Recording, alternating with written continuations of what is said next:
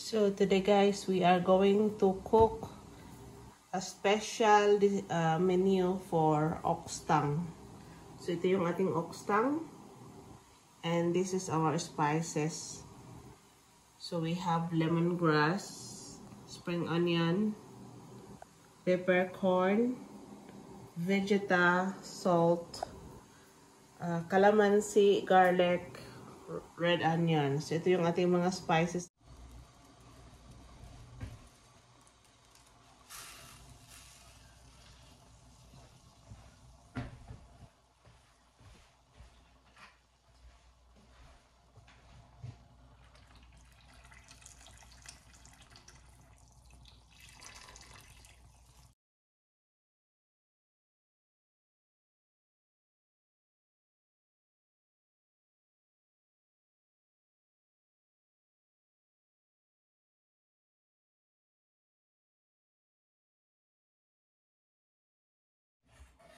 Here he is, 36-year-old, nice looking young bloke. We fucking love it.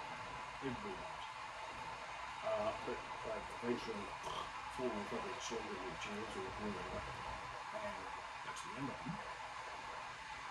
To pick up our oxtang. So ito guys. Ooh, need pa water.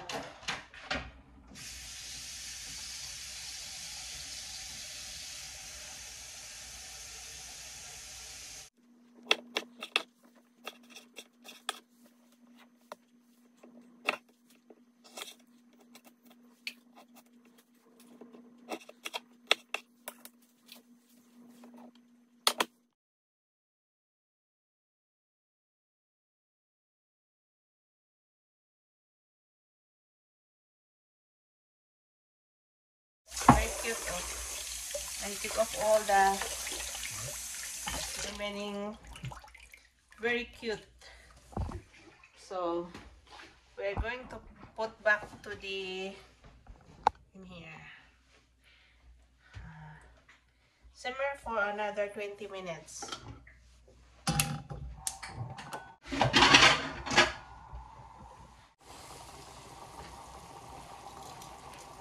I-flip over natin guys.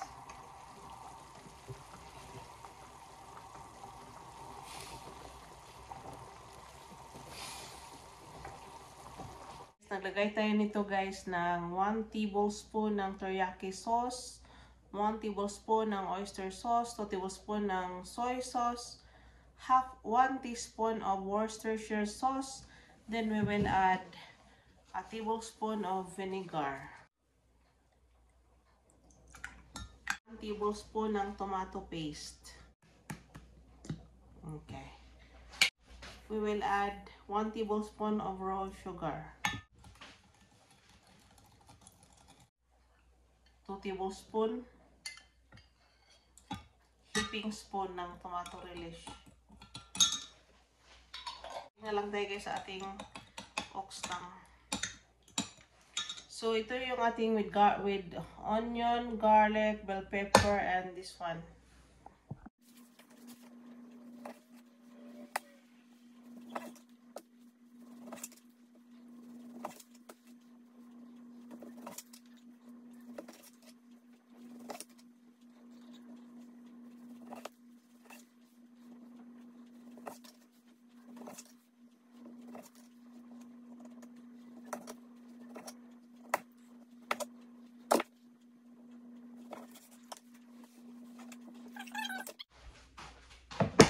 So this is now our oxtang. We will make a sauce guys at ito natin brown natin ito siya guys. Luto na ito siya pero kailangan natin siyang lutuin pa sa mantika, okay?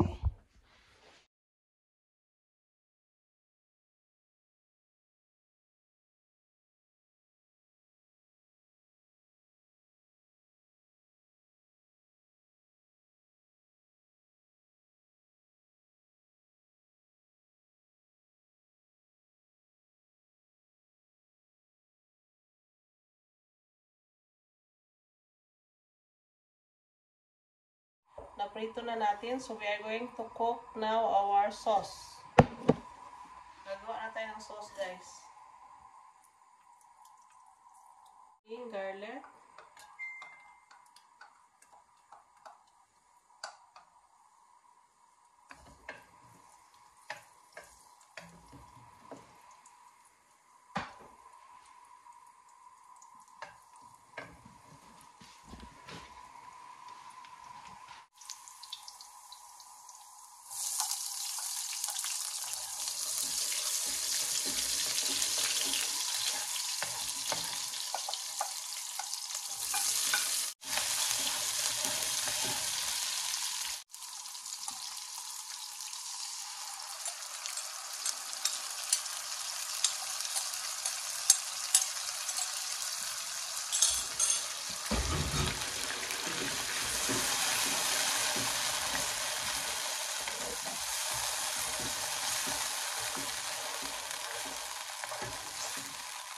Then we will add our ox tongue.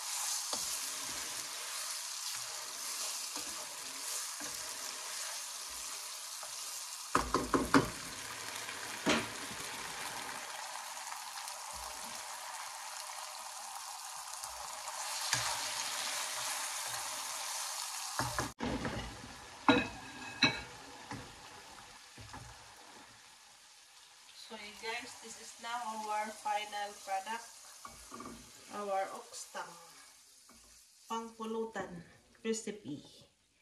Okay,